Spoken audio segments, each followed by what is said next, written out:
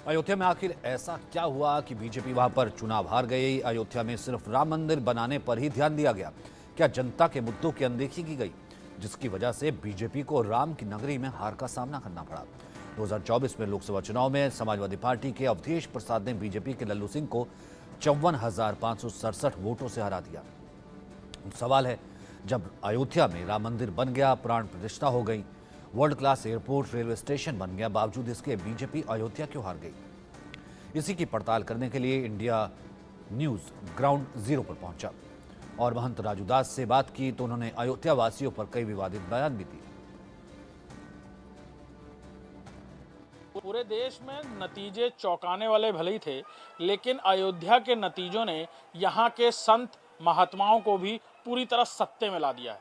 हमारे साथ बातचीत करने के लिए महंत राजू दास हैं, हनुमानगढ़ी मंदिर के महंत हैं, बहुत अच्छी जानकारी रखते हैं, राजनीतिक भी, और उनसे बात करें क्योंकि हमने चुनाव से पहले भी उनसे बात की तो उन्होंने कहा था बिल्कुल कोई शक नहीं, यहाँ कोई राजनीतिक समीकरण नहीं चल सकते क्योंकि ये प्रभु श्री राम की नगरी है, यहाँ सिर्फ भगवान श्री राम चलते हैं। क्या हुआ महाराज जी?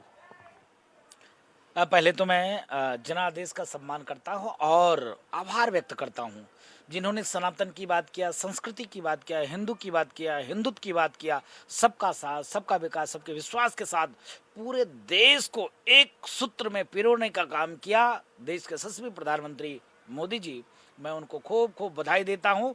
हनुमान जी के गदा उनके साथ था। विरोधियों ने पूरी ताकत लगा लिया, पूरी ताकत लगा दिया, पूरी ताकत, जितने चोर थे सब एक मंच पर आ गए, फिर भी मोदी को हटा नहीं पाए, मोदी को हरा नहीं पाए। मैं मानता हूं उत्तर प्रदेश में हम सीटें हारे हैं, मैं मानता हूं अयोध्या हम हारे हैं, लेकिन अयोध्या विधानसभा से अयोध्या वासियों ने मोदी जी को चुनाव जिताया। पास में रुदौली है, वहां से चुनाव हारे। पास में मिल्कीपुर है, वहां से चुनाव हारे। पास में बीकापुर है, वहां से चुनाव हारे। पास में दरियाबाद है, वहां से चुनाव हारे, लेकिन अयोध्या वासियों ने चुनाव जिताया है।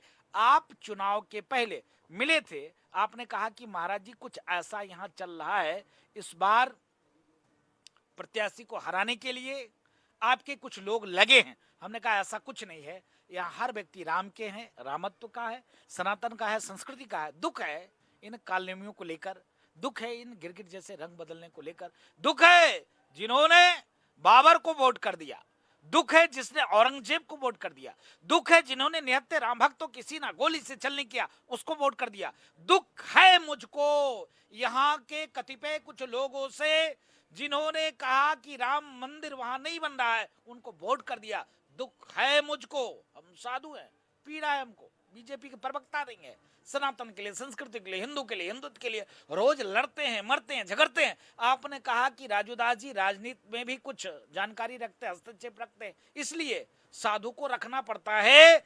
आज जो स्थिति परिस्थिति देश में घमंडिया गठबंधन के लोगों ने पैदा कर दिया, राम की बात कौन करेगा, रामत की बात कौन करेगा? राम मंदिर के अलावा मैंने एक नारा दिया था, अयोध्या तो झांकी है, मथुरा काशी बाकी है। मुझको मथुरा का भी मंदिर चाहिए, मुझको काशी का भी मंदिर चाहिए। अब नहीं 3, अब लेंगे 30,000। पूरे हिंदुस्तान में नहीं बचेगा एक भी आक्रांता आक्रमणकारी का कोई भी मजार। मैं तो ये भी कहता हूं, जो जमीनें हमने धन्नीपुर में दिया था मस्जिद को निर्माण के लिए, अब उसको भी बनने नहीं देंगे, उसको भी रोक लगेगा।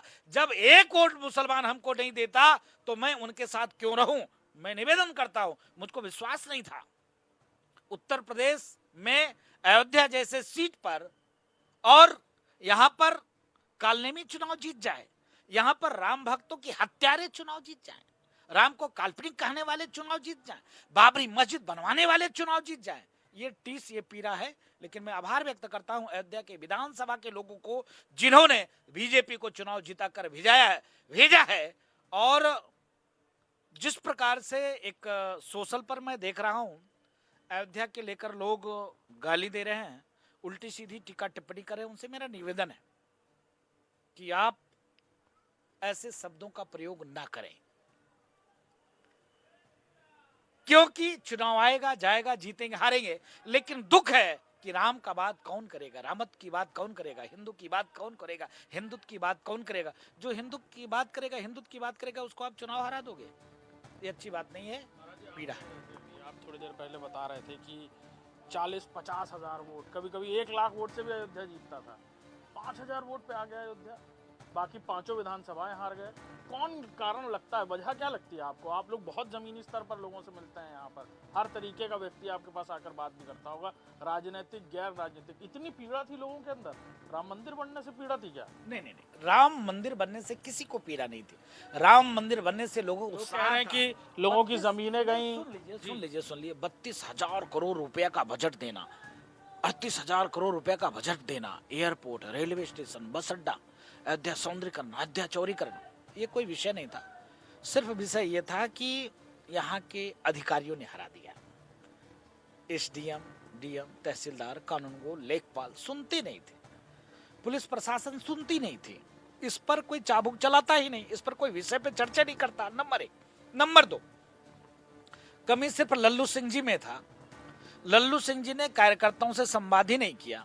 आए राजू दास से मिलिए, राजू दास वोट कन्वर्ट नहीं कराएंगे, कन्वर्ट कराएगा बूथ अध्यक्ष, मंडल अध्यक्ष, जो हमारे साथ कोई लाभ नहीं लेते हैं। ऐसे कार्यकर्ता जो हमारे पुराने कार्यकर्ता थे, कभी आपने बातचीत ही नहीं किया, उनसे संवाद ही नहीं किया, उनकी पीड़ा को आपने समझा ही नहीं।